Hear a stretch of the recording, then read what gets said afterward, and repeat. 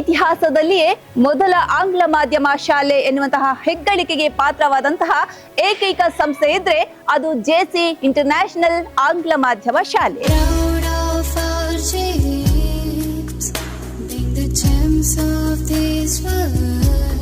JCI junior chamber international ಇದರ ಅಂಗಸಂಸ್ಥೆಯಾಗಿರುವಂತಹ JC ಶಿಕ್ಷಣ ಸಂಸ್ಥೆ. ಈ ಶಿಕ್ಷಣ ಸಂಸ್ಥೆ ಆಂಗ್ಲ ಮಾಧ್ಯಮ ಶಾಲೆ ಆದ್ರೂ ಭಾರತೀಯ ಪರಂಪರೆಗೆ ಸಂಸ್ಕೃತಿಗೆ ಇನ್ನಷ್ಟು ಹೆಚ್ಚಿನ ಆದ್ಯತೆಯನ್ನ ಕೊಡ್ತಾ ಇದೆ. ಪ್ರತಿದಿನ ಬೆಳಗ್ಗೆ ವಿಷ್ಣು ಸಹಸ್ರನಾಮ, ಭಗವದ್ಗೀತೆ ಹಾಗೆ ಹನುಮಾನ್ ಚಾಲೀಸ ಇಂತಹ ಧಾರ್ಮಿಕ ಭಾವನೆಯನ್ನ ಉಂಟು ಮಾಡಬೇಕು ಅನ್ನುವಂತ ಉದ್ದೇಶದಿಂದ ನಮ್ಮ ಭಾರತೀಯ ಸಂಸ್ಕೃತಿಗೆ ಹೆಚ್ಚಿನ ಪ್ರಾಧಾನ್ಯತೆಯನ್ನ ಕೂಡ ಕೊಡ್ತಾ ಇದೆ ಈ ಸಂಸ್ಥೆ.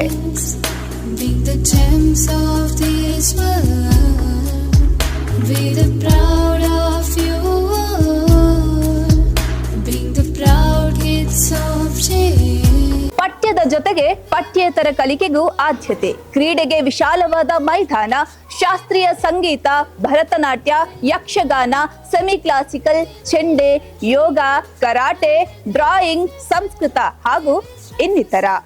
ಮಕ್ಕಳ ಪ್ರತಿಭೆಗೆ ಕೂಡ ವಿಶೇಷ ಪ್ರೋತ್ಸಾಹ. ಪ್ರತಿಭಾ ಕಾರಂಜಿ, ಕ್ರೀಡೆ, ಕಲೋತ್ಸವ, ಸ್ಕೌಟ್ ಗೈಡ್ಸ್ ಹಾಗೆ ಕಬ್ ಅಂಡ್ ಬುಲ್ಬುಲ್. ವ್ಯಕ್ತಿತ್ವ ವಿಕಸನ ತರಬೇತಿಗಳು, ಮಕ್ಕಳ ಬಗ್ಗೆ ಕಾಳಜಿಗಾಗಿ ಅನುಭವಿ ಸಿಬ್ಬಂದಿಗಳೊಂದಿಗೆ ಸುಸಜ್ಜಿತವಾದ ಡೇ ಕೇರ್ ಸೆಂಟರ್ ವಿಶೇಷ ಆಕರ್ಷಣೆ. ಅನುಭವಿ ಶಿಕ್ಷಕರಿಂದ ಮಕ್ಕಳ ಭವಿಷ್ಯದ ಬುನಾದಿಗೋಸ್ಕರ ಜೆಇಇ ಮೇನ್ ಇಂತಹ ಫೌಂಡೇಶನ್ ಕೋರ್ಸ್ಗಳು ಕೂಡ ಜೆಸಿ ಶಾಲೆಯಲ್ಲಿ ಲಭ್ಯ ಇದೆ. ಪ್ರತಿ ವರ್ಷ 100ಕ್ಕೆ 100 ಫಲಿತಾಂಶದೊಂದಿಗೆ ರಾಜ್ಯ ಮಟ್ಟದಲ್ಲಿ ಮಕ್ಕಳ ಸಾಧನೆ. ಹಾಸ್ಟೆಲ್ ವ್ಯವಸ್ಥೆ ಕೂಡ ಪ್ರಸ್ತುತ ವರ್ಷದಿಂದ ಹೊಸದಾಗಿ ಸೇರ್ಪಡೆಗೊಂಡಿದೆ. ಮಕ್ಕಳ ಸರ್ವತೋಮುಖ ಬೆಳವಣಿಗೆಗೆ ಮೊದಲ ಆದ್ಯತೆ. ಥಿಂಕ್ ಗ್ಲೋಬಲಿ ಆಕ್ಟ್ ಲೋಕಲಿ ಎನ್ನುವಂತಹ ಧ್ಯೇಯದೊಂದಿಗೆ ಸಾಧನೆಯ ಮೆಟ್ಟಿಲನ್ನು ಏರ್ತಾ ಇರುವಂತಹ ಈ ಶಿಕ್ಷಣ ಸಂಸ್ಥೆ.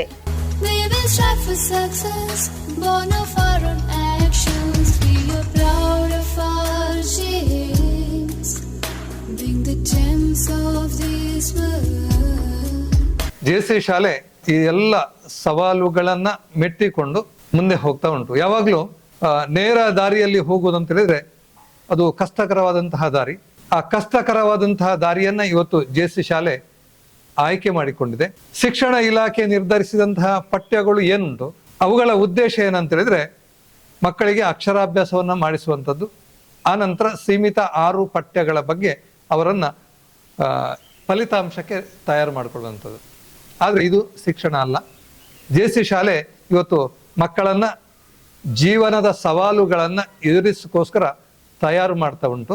ಪರಿಪೂರ್ಣ ಶಿಕ್ಷಣವನ್ನ ಇಲ್ಲಿ ಮಕ್ಕಳು ಅನುಭವಿಸ್ತಾ ಇದ್ದಾರೆ. ಪಠ್ಯೇತರ ಚಟುವಟಿಕೆಗಳು, ಆಟೋಟ ಸ್ಪರ್ಧೆಗಳು, ಇದು ದೈಹಿಕ ಮತ್ತೆ ಮಾನಸಿಕವಾಗಿ ಮಕ್ಕಳನ್ನ ಬೆಳೆಸಿದ್ರೆ, ಭಗವದ್ಗೀತೆ ಇವತ್ತು ಇಲ್ಲಿ ಪಠ್ಯವಾಗಿ ಯಾಕೆ ಬೋಧಿಸಲ್ಪಡ್ತದೆ ಅಂತ ಹೇಳಿದ್ರೆ ಇದು ಒಂದು ಧರ್ಮದ ಗ್ರಂಥ ಅಲ್ಲ, ಜೀವನದ ಸವಾಲುಗಳನ್ನ ಕ್ಲಿಷ್ಟಕರ ಸಮಯದಲ್ಲಿ ಹೇಗೆ ಎದುರಿಸಬೇಕು ಎಂಬುದನ್ನು ಇದು ಹೇಳಿಕೊಡ್ತದೆ.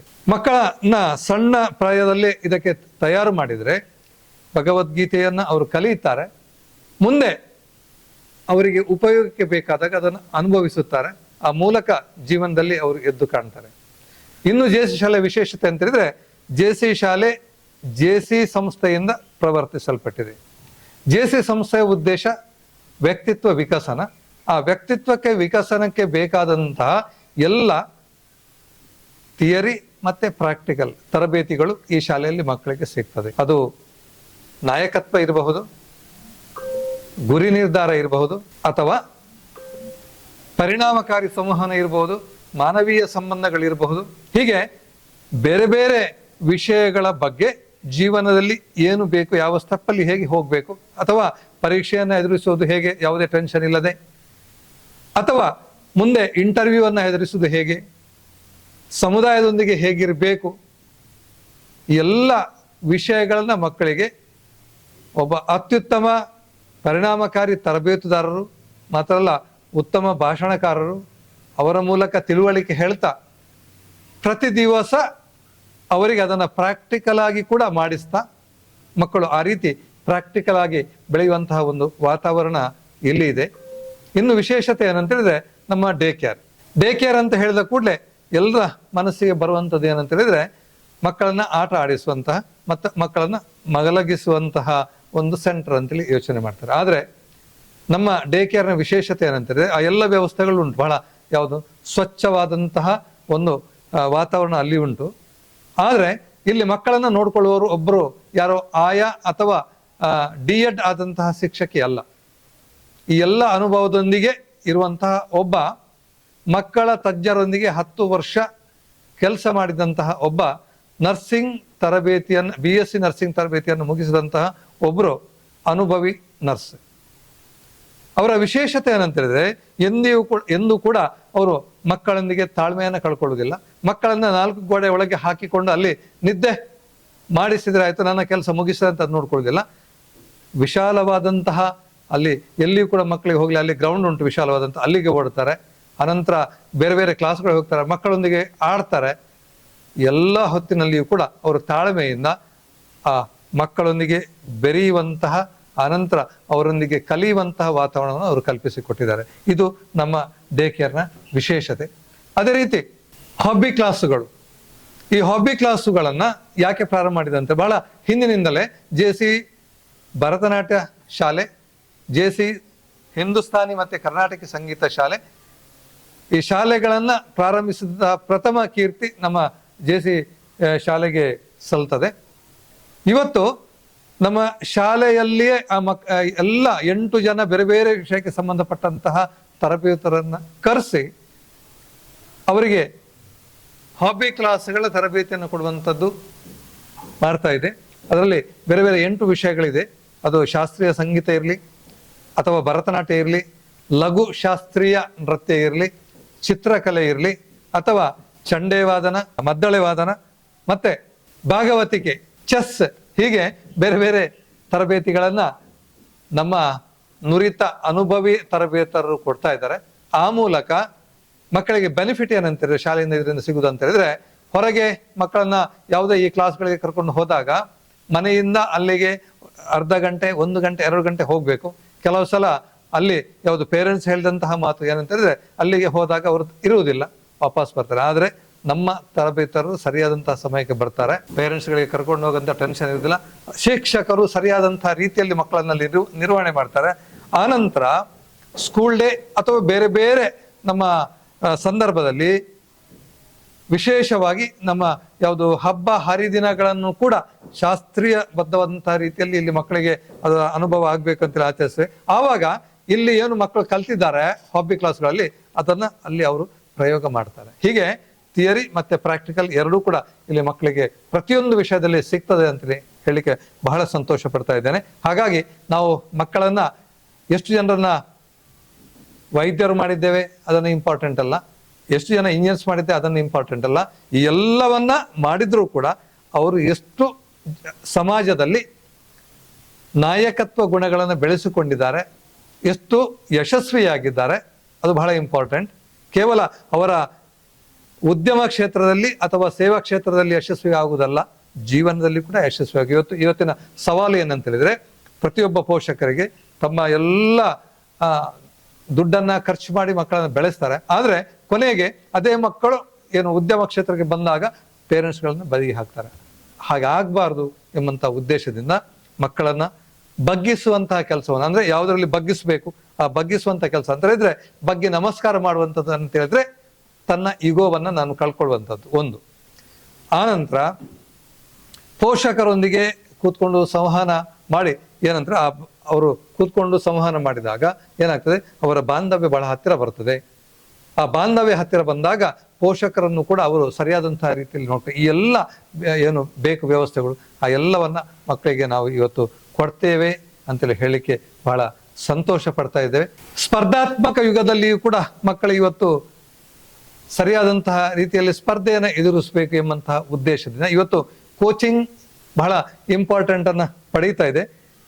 ಹಾಗಾಗಿ ಅದರಲ್ಲಿಯೂ ಕೂಡ ನಾವು ಹಿಂದುಳಿಬಾರದು, ನಾವು ಅಪ್ಡೇಟ್ ಆಗಬೇಕು ಎಂಬಂತಹ ಉದ್ದೇಶದಿಂದ 6ನೇ ತರಗತಿಯಿಂದ 10ನೇ ತರಗತಿಯ ಮಕ್ಕಳಿಗೆ ಇವತ್ತು JEE, NEET ಈ ಸ್ಪರ್ಧಾತ್ಮಕ ಪರೀಕ್ಷೆಗಳನ್ನು ಎದುರಿಸಲಿಕ್ಕೆ ನಾವು ತಯಾರು ಮಾಡ್ತಾ ಇದ್ದೇವೆ.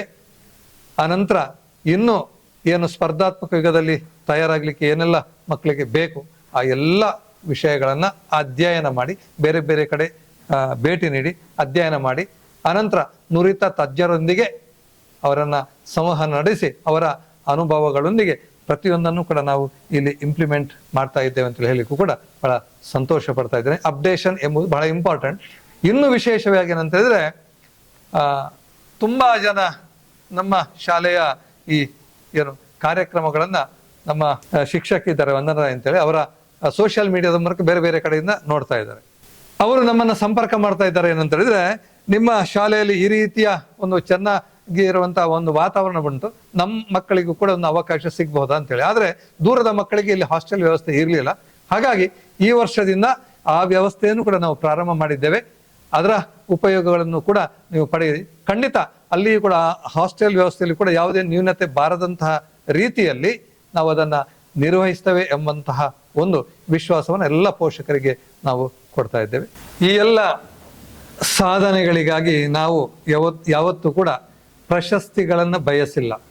ಆದರೆ ಬೇರೆ ಬೇರೆ ಸಂಸ್ಥೆಗಳು ನಮ್ಮ ಕೆಲಸಗಳನ್ನು ಗುರುತಿಸಿ ನಮಗೆ ಪ್ರಶಸ್ತಿಗಳನ್ನು ನೀಡಿದ್ದಾರೆ. ಅದರಲ್ಲಿ ಪ್ರಮುಖವಾದದ್ದು ಯಾವುದು ಅಂತ ಹೇಳಿದ್ರೆ, ಸೂರ್ಯ ಫೌಂಡೇಶನ್ ಮತ್ತು ಲಕ್ಷಾ ಕ್ಯಾರಿಯರ್ ಅಕಾಡೆಮಿ ಬೆಂಗಳೂರು ಅವರು ರಾಜ್ಯ ಮಟ್ಟದ ಶಿಕ್ಷಣ ಚೈತನ್ಯ ಪ್ರಶಸ್ತಿಯನ್ನು ನಮಗೆ ನೀಡಿ ಗೌರವಿಸಿದ್ದಾರೆ.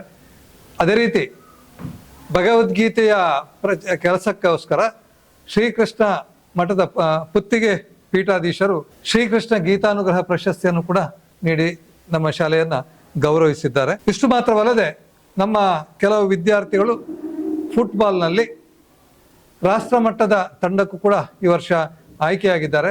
ಪ್ರತಿಭಾ ಕಾರಂಜಿ ಮತ್ತು ಕಲೋತ್ಸವದಲ್ಲಿ ರಾಷ್ಟ್ರೀಯ ಮಟ್ಟಕ್ಕೂ ಕೂಡ ಕೆಲವು ವಿದ್ಯಾರ್ಥಿಗಳು ಭಾಗವಹಿಸಿದ್ರು, ಆಯ್ಕೆಯಾಗಿದ್ರು. ಈ ಎಲ್ಲ ಸಾಧನೆಗಳನ್ನು ನಾನು ಗುರುತಿಸಿ ಬಹಳ ಸಂತೋಷ ಪಡ್ತಾ ಇದ್ದೇನೆ.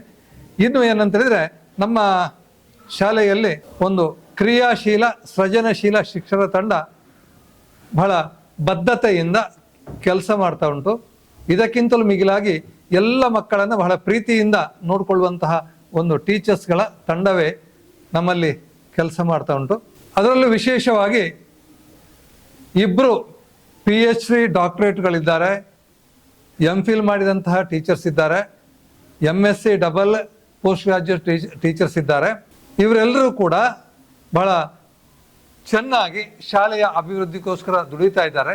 ಇನ್ನು ವಿಶೇಷವಾಗಿ ಏನಂತ ಹೇಳಿದ್ರೆ, ನಮ್ಮ ನರ್ಸರಿ ಟೀಚರ್ ವಂದನಾ ರೈ ಅವರು ಅಂತಾರಾಷ್ಟ್ರೀಯ ಮಟ್ಟದ ಪ್ರಶಸ್ತಿಯನ್ನ ಪಡೆದಿರುವುದು ಮಾತ್ರವಲ್ಲದೆ JCI ಇಂಡಿಯಾ ಕೊಡುವಂತಹ ರಾಷ್ಟ್ರೀಯ ಮಟ್ಟದ ಡಿಜಿಟಲ್ ಇನ್ಫ್ಲುಯೆನ್ಸರ್ ಅವಾರ್ಡ್ ಅನ್ನು ಕೂಡ ಪಡೆದಿದ್ದಾರೆ. ಅದೇ ರೀತಿ ನಮ್ಮ PT ಸರ್ ಪ್ರತಾಪ್ ಅವರು ರಾಜ್ಯ ಮಟ್ಟದ 100 ಮತ್ತು 200 ಮೀಟರ್ ರೇಸ್ನಲ್ಲಿ ಬೆಳ್ಳಿ ಪದಕವನ್ನು ಗಳಿಸಿದಂತಹ ಕೆಲಸವನ್ನು ಕೂಡ ಮಾಡಿದ್ದಾರೆ. ಮತ್ತಿತರ ಅನೇಕ ಶಿಕ್ಷಕರು ಕೂಡ ಜಿಲ್ಲಾ ಮಟ್ಟದ ಅನೇಕ ಪ್ರಶಸ್ತಿಗಳನ್ನು ಪಡೆದು ಸಾಧನೆಗಳನ್ನ ಮಾಡ್ತಾರೆ ಅಂತ ಹೇಳಲಿಕ್ಕೆ ಬಹಳ ಸಂತೋಷ ಪಡ್ತಾ ಇದೆ. ಹಾಗಾಗಿ ನಮ್ಮ ಶಾಲೆ ಒಂದು ವಿಶಿಷ್ಟವಾದಂತಹ ಶಾಲೆ. ಜೀವನವನ್ನ ಕಟ್ಟುವ ವಿದ್ಯೆಯನ್ನ ನಾವಿಲ್ಲಿ ಕೊಡ್ತೇವೆ ಅಂತೇಳಿ ಹೇಳಲಿಕ್ಕೆ ಬಹಳ ಸಂತೋಷ ಪಡ್ತಾ ಇದ್ದೇವೆ. ವಂದನೆಗಳು.